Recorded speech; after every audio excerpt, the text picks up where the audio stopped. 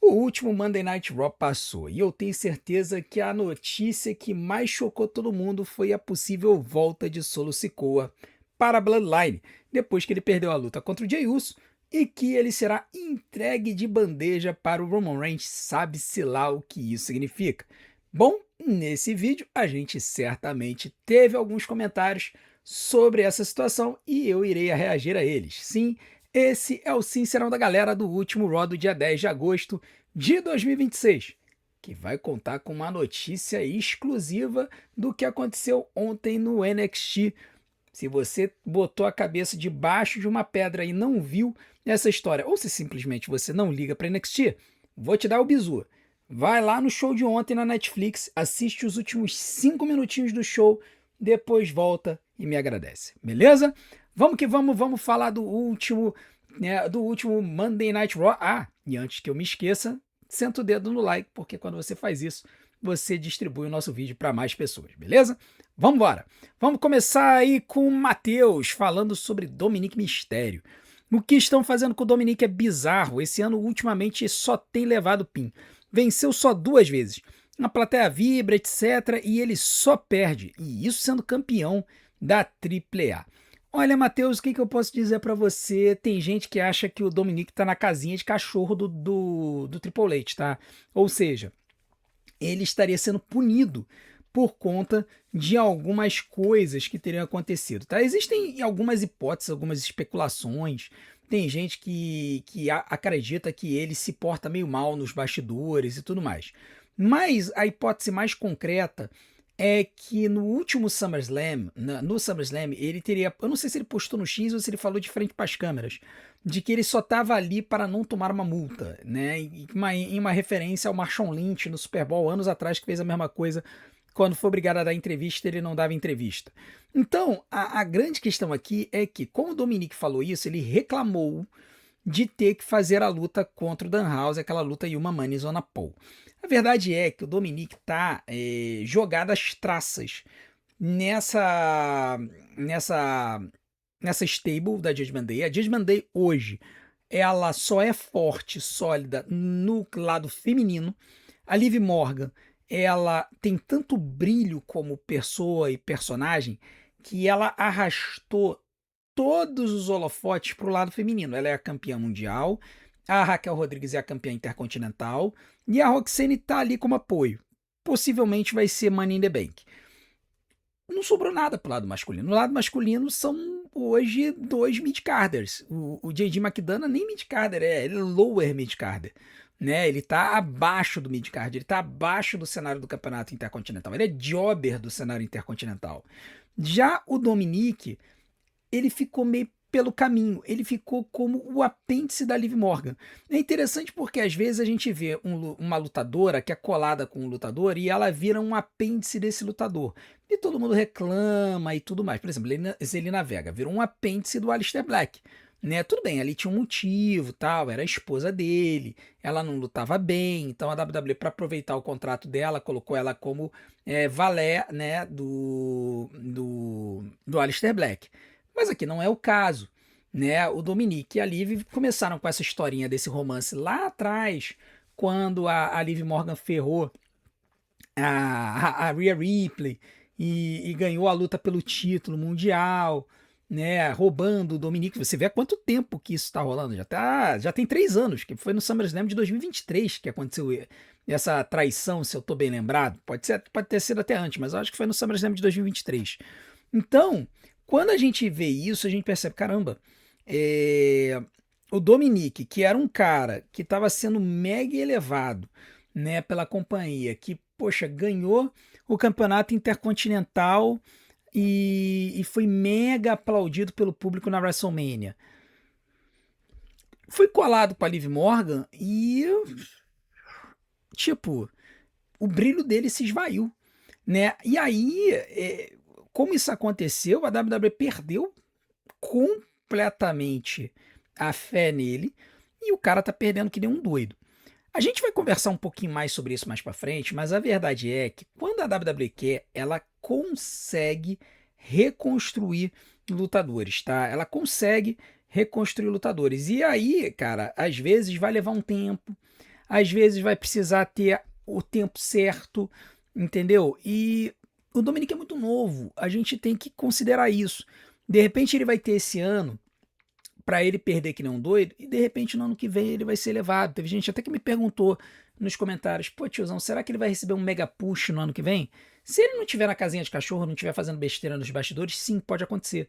Mas a gente precisa considerar que o Dominique ele vai ter que ter um trabalho ali em volta dele para que ele possa ser reconstruído, porque do jeito que está hoje realmente fica bem difícil.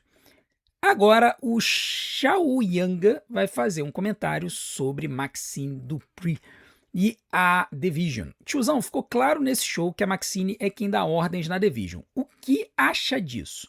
Bom, sofrendo o risco de ser cancelado, né, pelo movimento feminista, eu não gostei. E não gosto.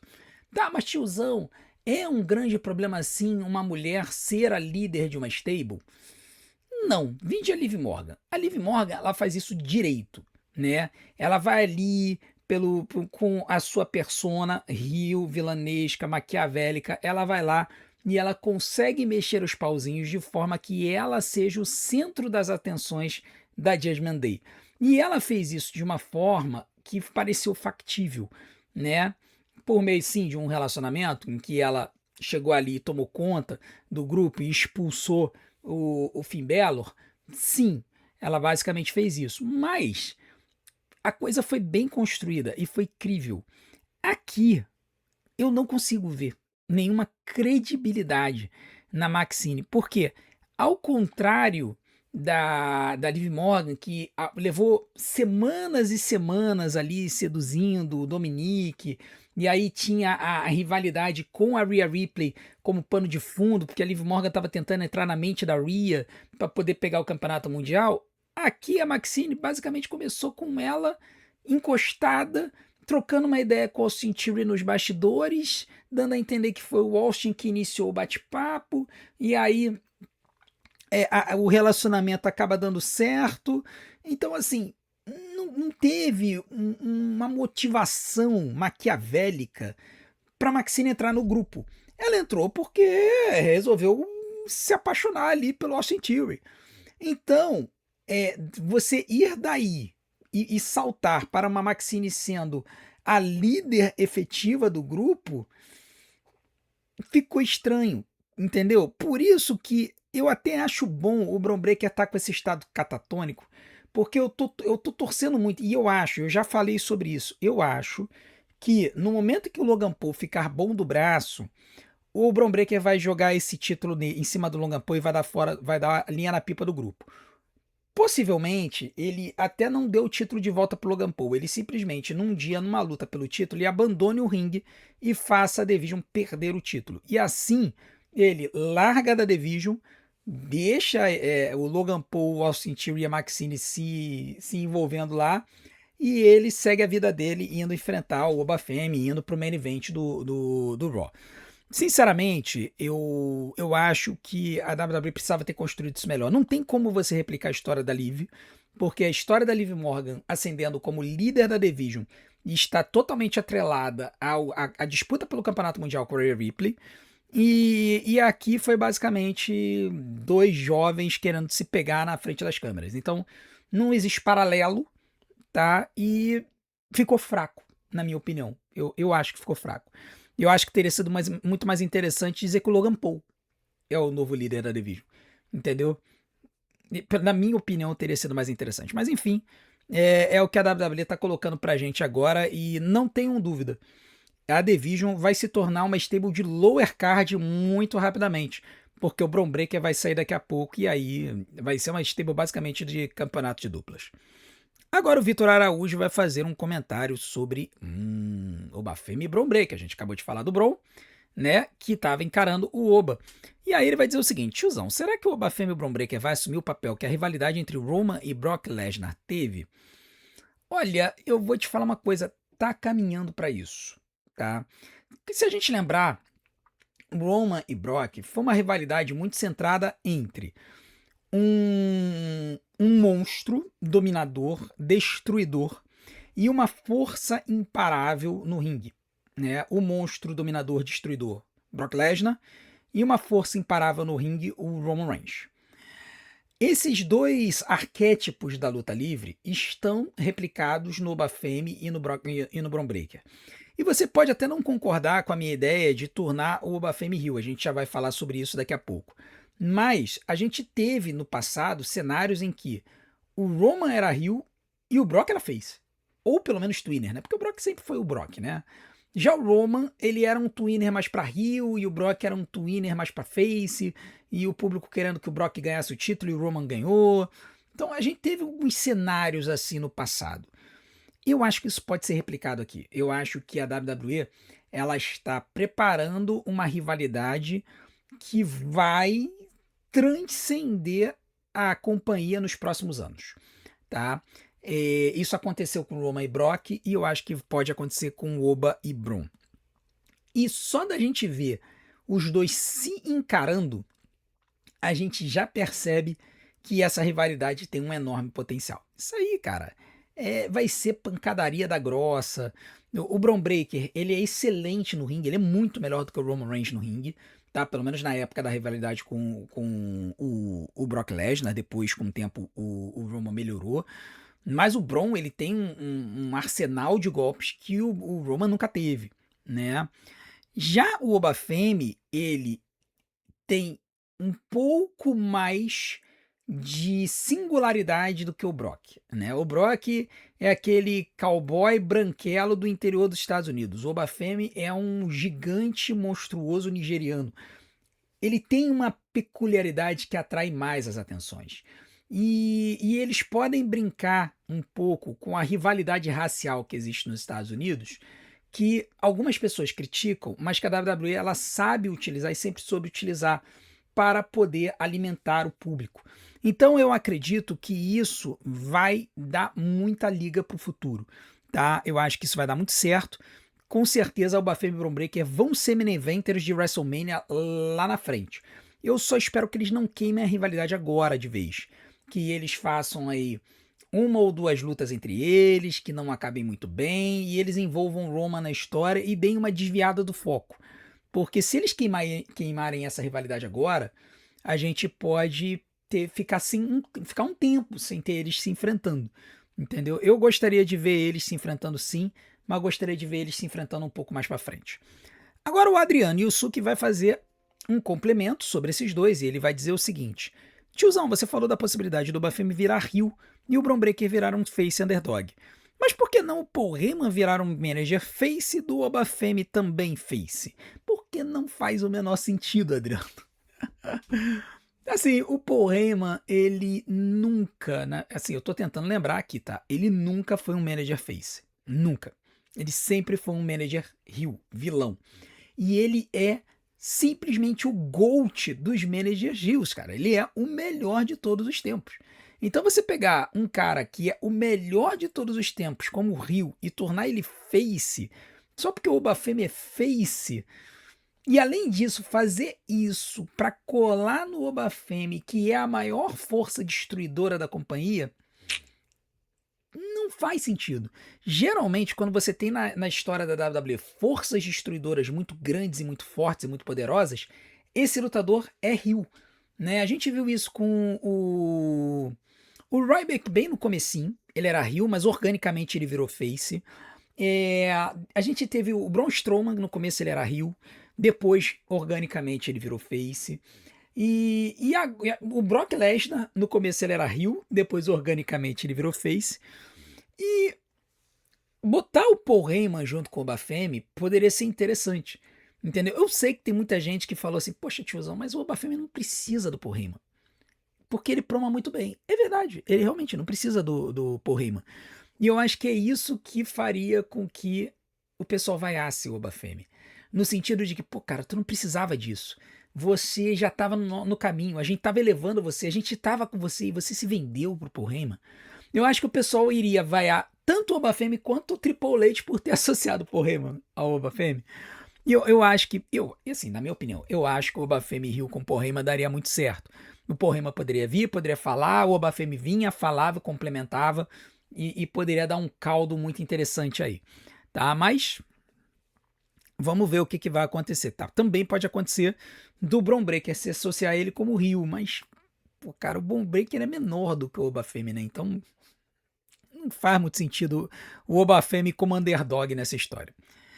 Agora o Ramo Assistir, que nome curioso, né? O Ramo Assistir vai fazer um comentário sobre ali o cenário do midcard que tá se desenhando ali no Monday Night Raw. Tenho gostado muito das lutas do Devon Evans, mas tem algo que me incomoda bastante, porque ele não faz promo no microfone. É legal toda essa vibe de moleque dele, e acho que uma promo dele com o Big Cass teria sido legal. Além disso, o Big Cass entrar, derrubar todo mundo e ficar com cara de eu sou o novo terror, eu já vi isso acontecer com o Rusev e novos retornos. Será um grande jobber também?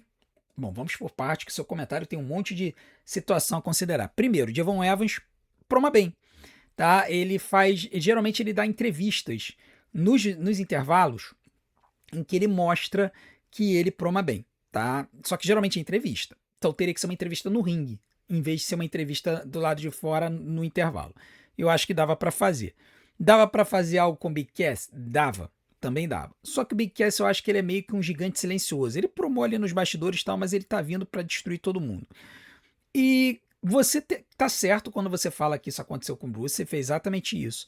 Só que quando você pergunta se ele vai ser um grande jobber também, eu acho que não. Exatamente porque ele é grande.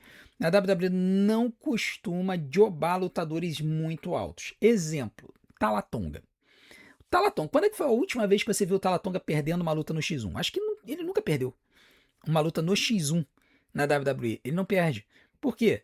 Porque a WWE entende que fazer o Talatonga jobar no X1 mata a persona dele.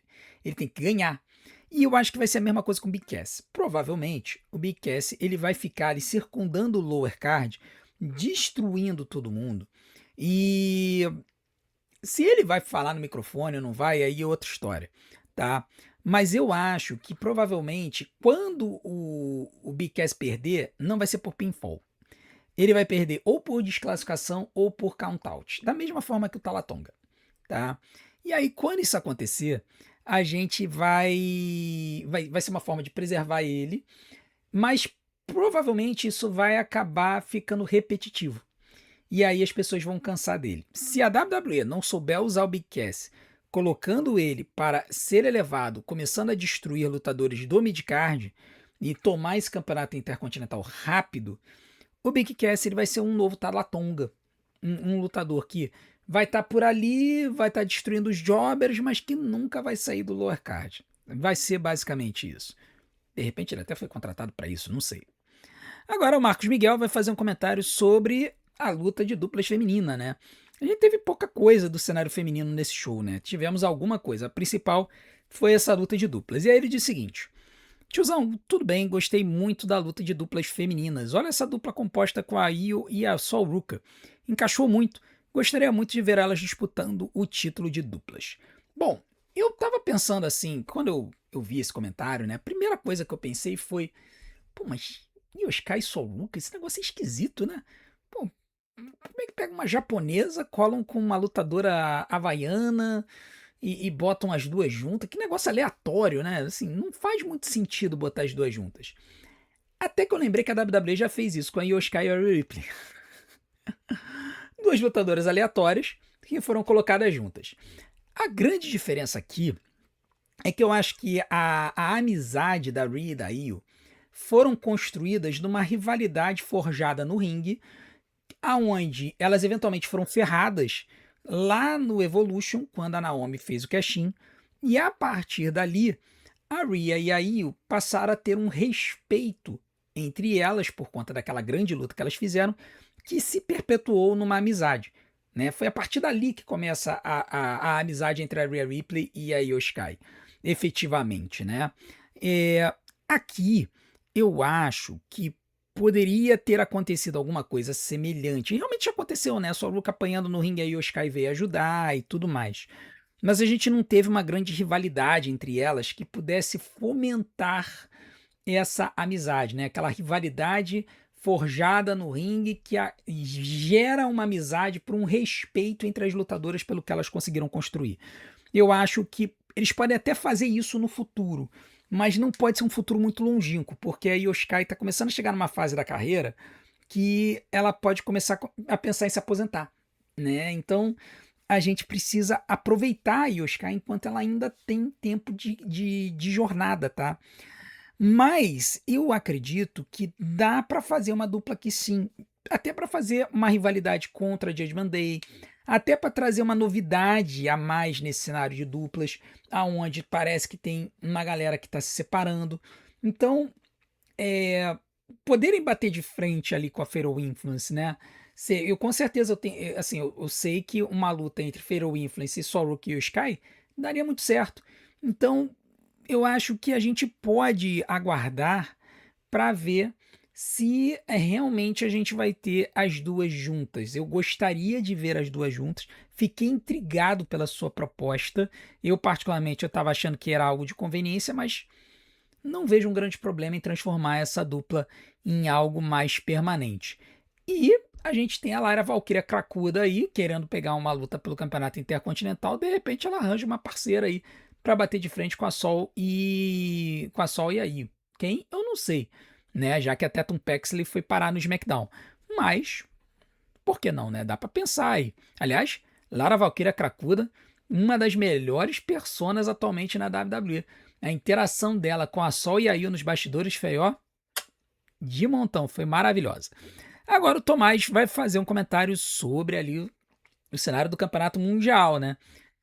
Tiozão, Beck e Vacar pode ser storyline para durar. Gostaria de aquelas encaradas fossem para mais tempo, até com a Vacar campeã.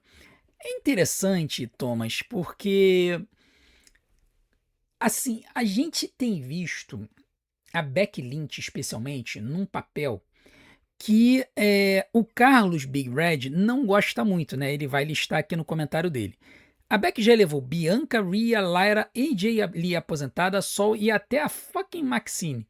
Chega! Obviamente, o Carlos é fã da Becky Lynch, assim como eu. Né? Eu sou mega fã da Becky Lynch, uma das minhas lutadoras favoritas da história. É a minha lutadora favorita atual. Exatamente por esse poder que ela tem de elevar outras lutadoras.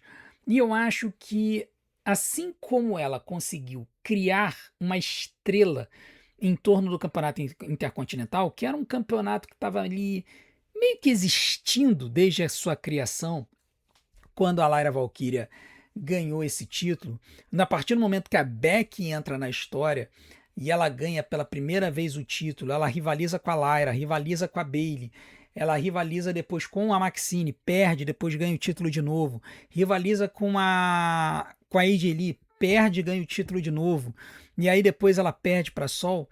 O que ela fez por esse campeonato não tá no gibi, ela jogou o campeonato lá em cima, o que prova o brilho dela. E além disso, o Carlos falou aqui, poxa, ela levou a Bianca, levou a Rhea. Olha onde essas lutadoras estão hoje, né? São duas rodas da fama, né? A Bianca Belair e a Rhea Ripley são duas futuras rodas da fama. E a Becky Lynch ajudou a construir essas lutadoras. Eu acho que esse é o que é o brilhante no papel da Becky. Nessa história de ela ficar elevando outras lutadoras, ela se tornou 3 vezes campeã intercontinental. E ela ficou nesse cenário por quase um ano.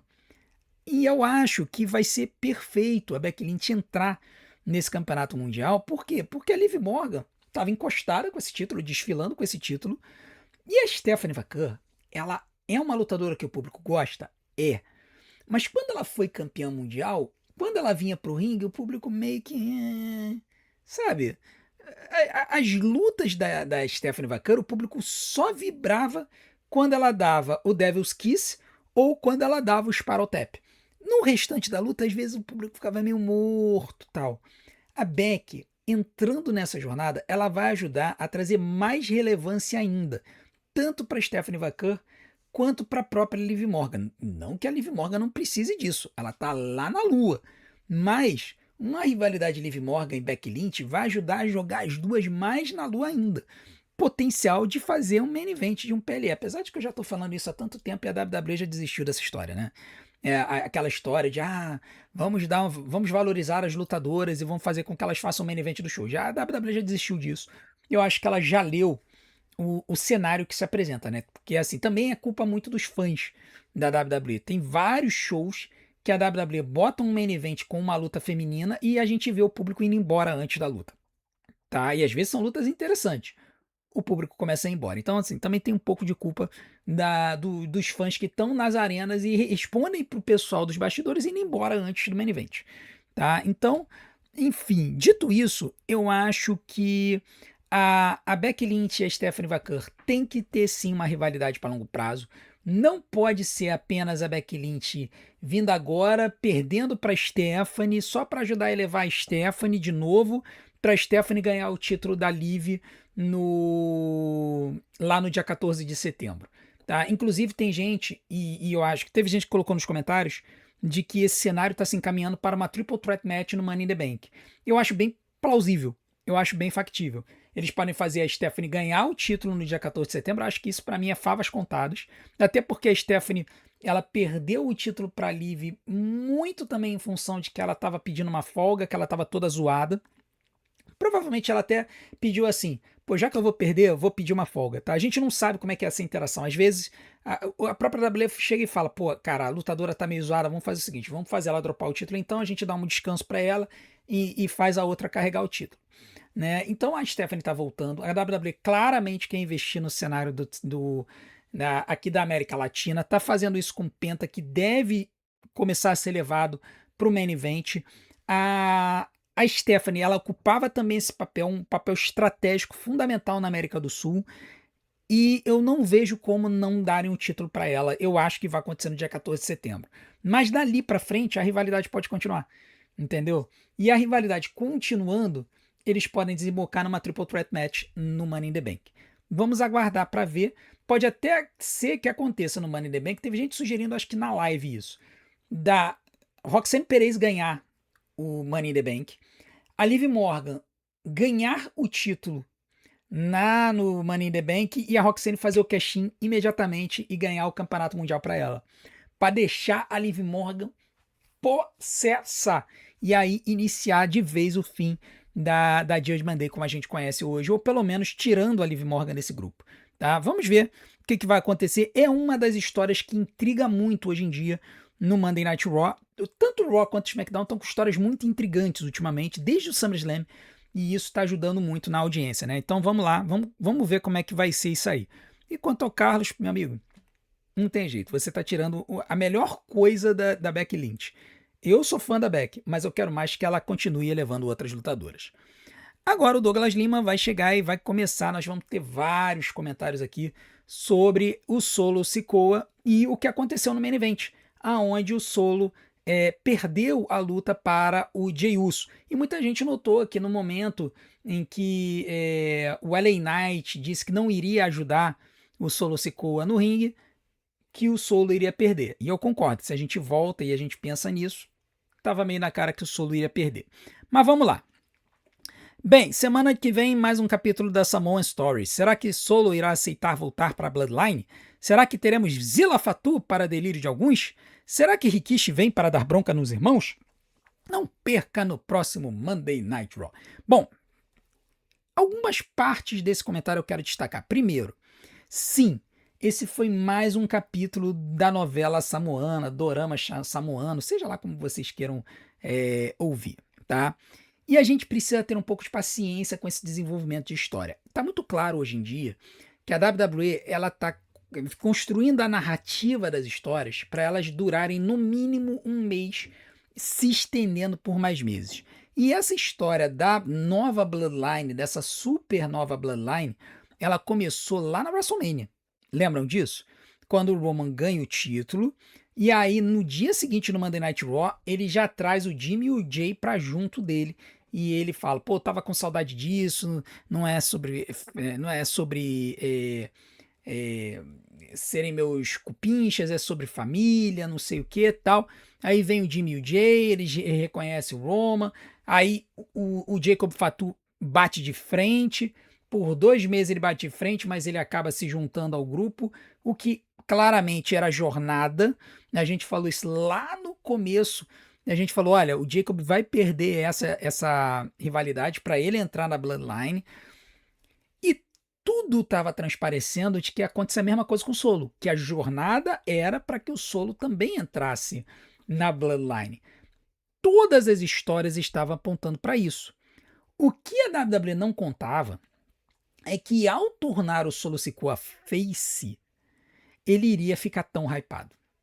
Porque ele é tão engraçado, mas tão engraçado, mas tão engraçado que o público tá indo à loucura. O público mega engajou com o cara. Então, a WWE ela tem duas opções: seguir a rota e botar o Solo Sikoa na Bloodline, ou ler a plateia, ler o seu público que tá clamando para ter o Solo Sikoa face e mudar a rota. Mudar a rota. Eu não tô falando para chegar e botar o Solo Sikoa para peitar o Roman Reigns agora e se tornar o novo campeão mundial. Apesar de que o Solo Sikoa engraçadinho desse jeito e com os movimentos que ele apresentou na luta contra o Jey Uso no ringue, eu já consigo ver o Solo Sikoa campeão mundial, tá? E eu consigo ver aquele Solo Sikoa engraçadinho, Solo Piu Piu, como campeão mundial. Já consigo ver. Mas a gente sabe que a WWE é cabeça dura, tá? Com relação ao Rikishi vindo para dar bronca nos irmãos, eu acho que não vai acontecer. Eu acho que, e aí eu acho que tem até um comentário sobre isso mais para frente, sobre os movimentos do Solo Sikoa. Tava interessante ele utilizando movimentos que eram do Rikishi. Teve alguém que perguntou parentesco dele com o Yokozuna, ele é sobrinho do Yokozuna, né? O Yokozuna era irmão do Rikishi e irmão do Umaga, né? Então ele é sobrinho do Yokozuna, sendo que o Rikishi usava o mesmo golpe, né? O Yokozuna usava o Bonsai Drop no corner, o Rikishi usava no meio do ringue, né? Ele dropava, sentava em cima do adversário e cruzava o braço assim como o Yokozuna, inclusive era uma homenagem ao Yokozuna. E o Solo Sikoa fez a mesma coisa. Ele é meio parrudão, né? Fica até crível ele utilizar esse golpe. Já com relação ao Zilla Fatu, meu amigo, sinto muito te decepcionar. Ele apareceu no último NXT. Tá, eu já falei pra vocês assistirem NXT, se vocês não assistiram, paciência, vou dar o spoiler, tá? Mas é um spoiler que, se você ligou nas mídias sociais hoje, você já tá sabendo. O Zilla Fatu estreou ontem na NXT, no Main Event, o Main Event que tava acontecendo entre Cruz Montana e Grayson Waller, numa luta que ia decidir o number one contender ao título do Tony D'Angelo no Heatwave. O Zilla Fatu realmente, simplesmente entrou no ringue, atacou os dois, atacou o Grayson Waller primeiro, tá? O Grayson Waller ganhou por desclassificação. E aí apontou pro Tony D'Angelo, que estava acompanhando a luta, e falou que queria uma luta no Heatwave. Então a gente nem sabe se o Zilla Fatu já vai lutar por esse campeonato no Heatwave, se vai ser uma Fatal 4-Way, tá caminhando para ser uma Fatal 4-Way. E o que tornou o cenário da divisão masculina da NXT ainda interessante. Então o Zilla vai ficar um tempo na NXT, tá? Ele não deve aparecer no main roster. Eu acho que não. Ele deve ficar um tempinho aí, não sabemos quanto tempo. O Solo Sikoa ficou pouquíssimo tempo. Acho que o pessoal falou nos comentários, foram 5 meses que o Solo Sikoa ficou na NXT. Eu acho que vai ser mais ou menos esse o tempo pro Zilla Fatu. Talvez ele apareça na virada do ano, no ano que vem, ele apareça nessa storyline aí da Bloodline. Do lado de quem a gente não sabe, tá? Vamos aguardar para ver, mas que esse Samoan Story tá ficando interessante, com certeza está. Agora vamos com o Rian Lopes, que vai fazer também um comentário sobre o solo, e aí é um comentário que ele disse que achava que eu ia entender, e realmente eu entendi. Ele disse o seguinte: muito engraçado como realmente todo mundo tem um jeito. E aí ele botou jeito entre aspas, né? No sentido de que todo mundo pode ser consertado, todo mundo pode ser elevado, né? Há um mês atrás eu lembro de você falando muito mal do solo. Eu concordava. E agora ele simplesmente é amado, não só por nós, como por todas as pessoas. Acho que a grande maioria dos lutadores tem isso de estarem no lugar ou personagem errado. Cara, é exatamente isso, tá? Não é que quase todos os lutadores têm jeito, mas existem alguns lutadores que a gente sente que está sendo estragado pela companhia e que poderia ser melhor aproveitado, tá? Johnny Gargano é um exemplo. Ele tem jeito? Claro que tem jeito. Tem inúmeros jeitos de você tornar o Johnny Gargano o Johnny Wrestling de novo. Ilya Dragunov, tem jeito? Tem jeito. A WWE só não quer, entendeu? No caso do Solo Sikoa, foi surpreendente porque quem acompanhava ele na NXT falava assim, pô, mas o Solo Sikoa sabe lutar. É a mesma coisa que o Obafemi, né? O pessoal critica muito o Obafemi, Mas quem acompanhava ele na NXT sabe muito bem que o Obafemi sabe lutar. Ele consegue ter lutas de 15 minutos, 20 minutos, mas a WWE não quer utilizar ele nesse sentido. E o Solo Sikoa, ele é um cara que foi vítima dessa sanha da WWE, dessa mania da WWE de nerfar vilões. Por quê? Porque ela não gosta de lutador que é vilão e que vire mocinho organicamente. Ele simplesmente não gosta. Inclusive o João Fly ele vai fazer um comentário sobre isso. Ele diz o seguinte: se realmente botarem um Solo na Bloodline, é a prova que eles enterram de propósito todo o cara que fica over com o público organicamente. Então, é exatamente isso, entendeu? A WWE, ela não gosta, e isso já vem da época do Vince, tá? Isso não é de agora. Vocês podem estar pensando assim, isso é coisa do Triple H. Não é. Eu vou dar alguns exemplos para você. O Rusev, na época do Rusev Day, foi descartado. Cesaro foi descartado. Daniel Bryan, entre 2012 e 2013, mega descartado, foi quando surgiu a história de ele ser um lutador B+. Agora vamos vir mais para a atualidade. LA Knight, Jacob Fatu virou cupincha da Bloodline. O próprio Dominic, que estava lá no hype, lá no alto. Todos esses lutadores eram rios, todos eles eram rios, mas começaram a ser organicamente aplaudidos pelo público. Por quê? Seja pela persona, a persona do Rusev Day era engraçadíssima, seja pela qualidade no ringue. Cesaro, Daniel Bryan, o LA Knight foi por causa da persona, né? Ele começou como Max Dubry, quando ele vira LA Knight ele vem como vilão, mas as promos dele eram tão engraçadas que ele conquistou o público. Principalmente aquela promo contra o Logan Paul que ele traz o mapa de Los Angeles, ele fala assim, esse mapa aqui, ele é para indicar o caminho da minha bota no seu traseiro, alguma coisa assim, sei lá. Foi uma promo engraçadíssima que aconteceu num show que fez o público explodir de vez engajando com a LA Knight. Jacob Fatu, quando ele fala hate o Solo, entendeu? O Dom, quando ele começa a utilizar os golpes do Eric Guerreiro e o público começa a ver que ele pode ter ali uma qualidade no ringue, e aí o público engaja com ele até a WrestleMania 41, quando ele ganha o título. Cara, toda essa galera era heel, começou a fazer gracinha e o público engajou. O Solo Sikoa aconteceu isso também.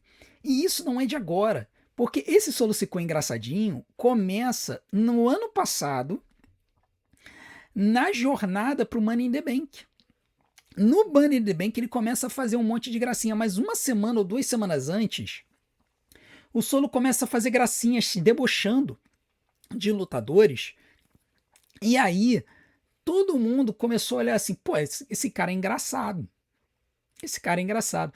As pessoas começaram a ver o Solo Sikoa de um jeito diferente. Aí o que a WWE fez? Abafou esse Solo Sikoa engraçadinho, lembram disso? E simplesmente abafou, falou pro Solo, para com essa palhaçada. Por quê? Porque se ele continuasse daquele jeito, o público ia começar a engajar com ele, ia começar a aplaudir ele. E a WWE não gosta que o público engaje positivamente com o lutador que é vilão. Então, por conta disso, eles nerfam os lutadores. Eu já falei isso 500 vezes, mas eu vou falar 501 para ver se todo mundo entende isso. Às vezes você olha para um lutador e fala assim, esse cara não sabe lutar. E não é isso. Ele sabe lutar, mas ele está nerfado. A WWE nerfa o cara para que ele não utilize movimentos populares que façam com que ele seja aplaudido. E o exemplo foi nessa luta, quando o Solo Sikoa tirou vários golpes que eram do arsenal do Rikishi e que fizeram com que o público aplaudisse ele muito mais do que ele já estava sendo aplaudido. Então, quer dizer, ele traz a persona engraçadinha dele, eleva a enésima potência, fazendo o público, assim, colar nele, e aí depois ele começa a tirar um arsenal que ninguém tinha visto ainda. Pelo menos quem não viu ele na NXT não sabia que ele tinha. E isso acaba fazendo com que ele ganhe uma personalidade totalmente própria, totalmente alavancada, e isso faz o público vibrar. Então, é por conta disso que a gente precisa, sim, ter um pouco de paciência com os lutadores. Eu faço meu meia-culpa, eu sou impaciente com alguns lutadores, eu fui muito impaciente com o Solo Sikoa. Critiquei muito ele porque as lutas dele eram chatas, burocráticas, modorrentas, medonhas. Só que era exatamente isso que a WWE queria fazer. Então, na verdade, a crítica não era pro Solo, era pra WWE, que fica mandando os vilões agirem desse jeito. Entendeu? E tem que parar, a WWE tem que parar com isso, ela tem que parar com esse medo. Deixa os caras se matarem no ringue. Deixa o público escolher os seus favoritos. Entendeu? Vamos parar com essa história de querer voltar a PG Era e deixa a galera reagir conforme quiser. Entendeu? Deixa a galera escolher seus favoritos. E se vocês tiverem que tornar a Bloodline Hill, que seja, eles estão relutando. Por quê? E teve comentário sobre isso. A Bloodline age como Hill, mas na hora de vir pro ringue, eles farmam aura. O Jey Uso continua farmando e It continua vindo pelo meio do público. Entendeu? Se é pra ele ser Hill, tem que parar com isso. Então não pode, é um negócio esquizofrênico o booking da Bloodline. Eu já falei isso, né? O Roman Reigns ele é acima do bem e do mal, né? Ele não é heel nem é face. Estão fazendo isso com a Bloodline também, só que estão fazendo mal feito, porque o Jay não consegue agir desse jeito. Ele só tem uma coisa que engaja ele como face, que é o It. Só isso. E o Solo Sikoa já tá roubando. Se o Solo Sikoa começar a mandar It, roubar o It do Jey Uso, eu vou achar hilário. Entendeu? Mas enfim, eu acho que a gente vai ter que aguardar para ver mais esse capítulo da história. Eu acho que não é o fim dessa história. Não acho que o Solo Sikoa vai se aliar à Bloodline na segunda-feira. Se o Solo Sikoa se aliar à Bloodline na segunda-feira, não vai ser para ficar eternamente ali. Vai ser para destruir ela por dentro. Então a gente vai ter que ter um pouco de paciência no desenvolvimento dessa história para que a gente possa ter o final dela, né? A conclusão dela satisfatória lá na frente, tá? Vamos ter um pouco de paciência, né? Vamos deixar um pouco de lado essa geração TikTok, vídeos curtos de hoje que quer a solução da história para ontem e vamos aproveitar a jornada. Mesmo que você não queira acompanhar os shows semanais, queira acompanhar só os nossos resumos aqui, por mim de boa, pode vir para cá à vontade, eu resumo os shows para vocês e vocês acompanham a história. E aí quando tiver a conclusão em um PLE, vocês assistem as nossas lives que a gente faz aqui no canal. E para terminar, o Carlos Big Red mandou um comentário engraçadinho, ele mandou vários, né? E mandou um comentário engraçadinho aqui que a gente tem que notar. Ele disse: Dominique nasceu em um ringue, impossível achar que ele não sabe lutar, ele só não treina musculação mesmo. É porque eu fiz comentário de que muita gente acha que o Dominique não sabe lutar, e nessa luta ele teve também alguns movimentos novos que chamaram a atenção. E aí o Carlos falou, é impossível, ele não é que ele não sabe lutar, ele só não treina musculação mesmo. Com certeza o Dominique tá precisando puxar um ferro, hein, Dondon? Tá feia a coisa, hein? Eu tô mais forte do que você, eu acho que eu pego mais na puxada na rosca do que você, né? Aí ficou meio lá ele, né? Tô falando do bíceps, né? Bíceps rosca. Eu com certeza pego mais no bíceps rosca do que você, Dominique. Tá feia a coisa, beleza? Bom, galera, esse foi o nosso Sincerão da galera de hoje. Muito obrigado a todos que acompanharam o nosso vídeo. Não deixem de continuar acompanhando os nossos conteúdos. E não deixem de sentar o dedo no like, de se inscrever no canal, ativar o sininho para receber as notificações dos nossos próximos vídeos, deixar o seu hype e, acima de tudo, assistir e maratonar os nossos vídeos. Tempo de visualização ainda é o que faz o YouTube divulgar a gente. Vou deixar umas opções aqui na tela para vocês. Desde já, meu muito obrigado. A gente se vê do outro lado. Um grande abraço. Até a próxima.